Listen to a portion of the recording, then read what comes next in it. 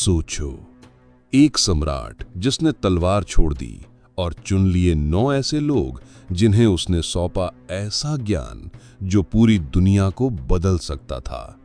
वहीं दूसरी ओर 1776 में जर्मनी में बनी एक सोसाइटी इल्यूमिनाटी, जिसने आज दुनिया की हर सत्ता के पीछे अपना इनविजिबल हाथ रख दिया है। अब सोचो, क्या ये दोनों गुप्त संगठनों का कनेक्शन सिर्फ एक संयोग है या फिर इल्यूमिनाटी का पहला चैप्टर भारत की धरती पर ही लिखा गया था। 261 BC कलिंग का युद्ध।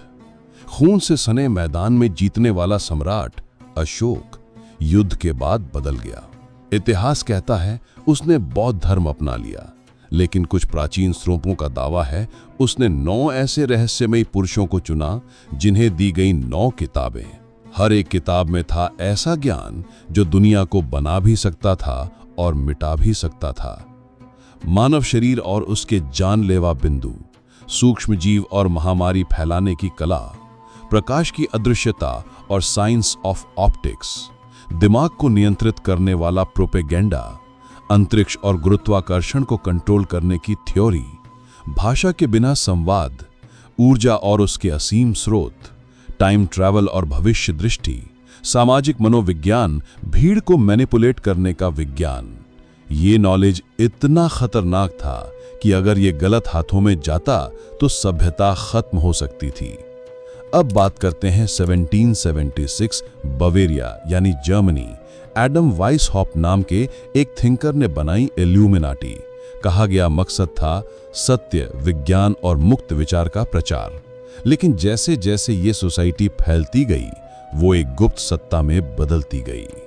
लेकिन जो उसका दर्शन था, नॉलेज छुपाना, जनता को नियंत्रित करना और सिंबल के जरिए सत्ता चलाना, वो कहीं ज्यादा पुराना लगता है। इतिहासकार कहते हैं वाइसहॉप ने भारत का गहन अध्ययन किया था।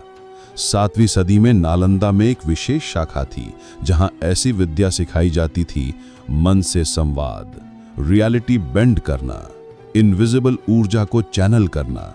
कई दस्तावेजों में जिक्र है कि यहां से निकले कुछ ज्ञानवीर तिब्बत, मिस्र और यूरोप तक गए, जिन्होंने वहां के राजाओं को वैदिक गुप्त विद्या सिखाई।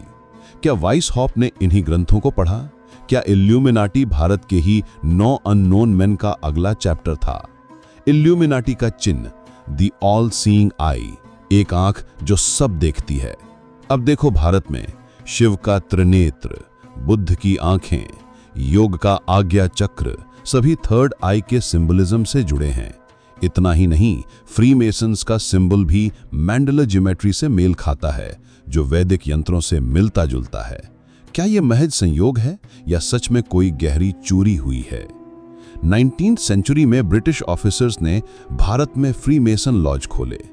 कलकत्ता, बॉम्बे और मद्रास में कई मीटिंग्स हुई, जहां इंडियन पंडितों और साधुओं से गुप्त मुलाकातें दर्ज हैं। एक ब्रिटिश डायरी में लिखा है, we came for gold but we found something far more powerful, knowledge that bends the mind. क्या वे 9 किताबों की तलाश में थे? आज की दुनिया में जो भी हो रहा है, सोशल मीडिया का मन नियंत्रण, ग्लोबल सर्वेलेंस, एक ग्लोबल करेंसी और वन वर्ल्ड गवर्नमेंट की बात, ये सब इल्यूमिनाटी के मॉडर्न गोल्स बताए जाते हैं। मगर ये आइडियाज ऋग्वेद, चाणक्य और अशोकन पॉलिसीज में पहले ही लिखे जा चुके थे। तो क्या हम सच में उसी एंशिएंट ऑर्डर के मॉडर्न वर्जन में जी रहे हैं? अब सोचो, क्या 9 अननोन मेन सिर्फ भारत के लिए बनाए गए थे या फिर वो बन चुके हैं पूरी दुनिया की इनविजिबल गवर्नेंस का हिस्सा? और इल्यूमिनाटी, क्या वो असल में भारतीय ज्ञान की चोरी है जिसे आज हमें ही कॉन्स्पिरेसी थ्योरी कहकर भुला दिया गया? यही तो सिस्टम का असली खेल है। अगर ये वीडियो आपके दिमाग को झकझोर गया हो तो इसे शेयर करो, और हाँ, फैक्ट या फिक्शन को सब्सक्राइब करना मत भूलो, क्योंकि हम खोदते हैं वो सच जो दुनिया को हिलाने की ताकत रखता है। जय हिंद।